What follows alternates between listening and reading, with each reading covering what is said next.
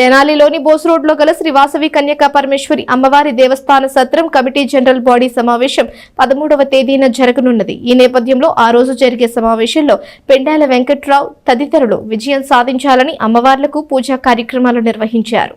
స్థానిక బోస్ రోడ్లోని పవిత్ర పుణ్యక్షేత్రమైన శ్రీ వాసవి కన్యకా పరమేశ్వరి అమ్మవారి దేవస్థానం సత్రం కమిటీ జనరల్ బాడీ సమావేశం ఈ నెల 13వ తేదీన జరుగుతున్న నేపథ్యంలో ఆ రోజు జరిగే సమావేశంలో విజయం సాధించాలని పెండాల వెంకట్రావు అమ్మవార్లకు విశేష పూజా కార్యక్రమాలు నిర్వహించారు. ఇంకా ఈ కార్యక్రమంలో బొత్సు సాంబశివరావు, పెండాల సుబ్బారావు, తాత శ్రీనివాసరావు, కొప్పురావు ఊరి హరికిషోర్, గుండా పిచ్చయ్య, సుగ్గుల వెంకటప్పయ్య, గుర్రం భాస్కర్, వెంకట సుధీర్, పెండాల చంద్రశేఖర్, మువ్వల సుబ్బారావు, దర్శి అనంతమోహన్, మాజేటి నాగకిషోర్, రాజా, మాలేపాటి తిరుమలేశ్వరరావు, మాలేపాటి రమణ, మాలేపాటి వేణు తదితరులు ఉన్నారు. అట్లాగే మరి నగరాజ స్వామికి కూడా అభిషేకాలు చేయించి రాజరాజేశ్వరి కూడా ఆశీస్సులు పొందడానికి వచ్చాము. మాకు సత్యనారాయణ స్వామికి కూడా ఇప్పుడే పూజా కార్యక్రమాలు పూర్తయినాయి. మాది ఒక్కటే కోరిక, ఈ తెనాలి పట్టణ వయసులందరూ కూడా ప్రశాంతంగా ఉండాలని, వారందరూ కూడా మంచి సద్బుద్ధితో ఉండాలని, వాళ్ళ వ్యాపారాలు అందరి బాగుండాలని మేము కోరుకుంటున్నాం.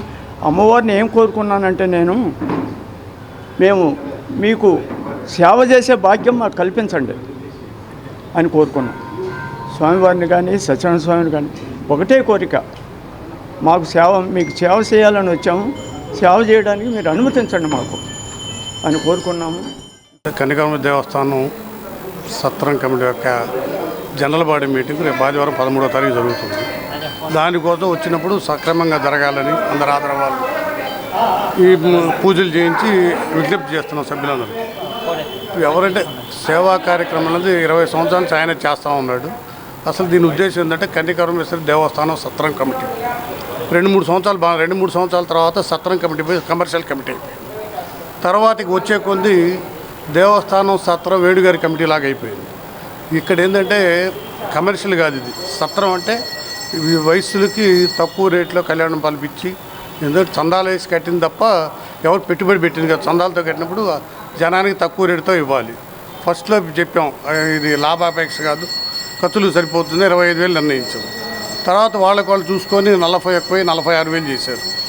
మేము సక్రంగా మాకు సహకరించి మాకు సేవకులకే భాగ్యంగా కల్పిస్తే కళ్యాణ బల ఛార్జీలు మొత్తం 46 నుంచి 25 తగ్గిస్తాం. తర్వాత రూములు వయసులకే ఇస్తాను తప్ప పోలీస్ డిపార్ట్మెంట్కి వచ్చి ప్రతి వాళ్ళు నెల 2 నెలలు కమర్షియల్ లాగా రూములు ఇవ్వటం అనేది ఉండదు, వయసులకే ఇవ్వాలి. అదొకటి పర్మనెంట్. అక్కడ వచ్చేప్పటికి ఎట్లా పడితే అట్లా కరెంట్ ఛార్జీలు కానీ ఎట్లా పడితే అలా అవుతుంది. ఒక గౌరవం లేకుండా పోయింది వచ్చిన వయసులకి ఇవ్వటం. ఇదేది బాగా ఆయన సరిపోయిన వాళ్ళు వస్తే ఫ్రీగా ఇవ్వటం, అది ఎవరికి చెప్పే పని లేదు. ఇక్కడ సెక్రటరీ తప్ప కమిటీకి ఎలాంటి పవర్స్ ఉండవు. ఆయన ఏది చెబితే చేయటం, అది పోవాలి. కమిటీ మొత్తం ఏకగ్రీవంగా నడపటం నేర్చుకోవాలి. ఆ పరిస్థితి రావడానికి కోసం ఇప్పుడు జనరల్ బాడీ మేము మీటింగ్ వస్తాం, దాన్ని మాకు సహకరించాల్సింది.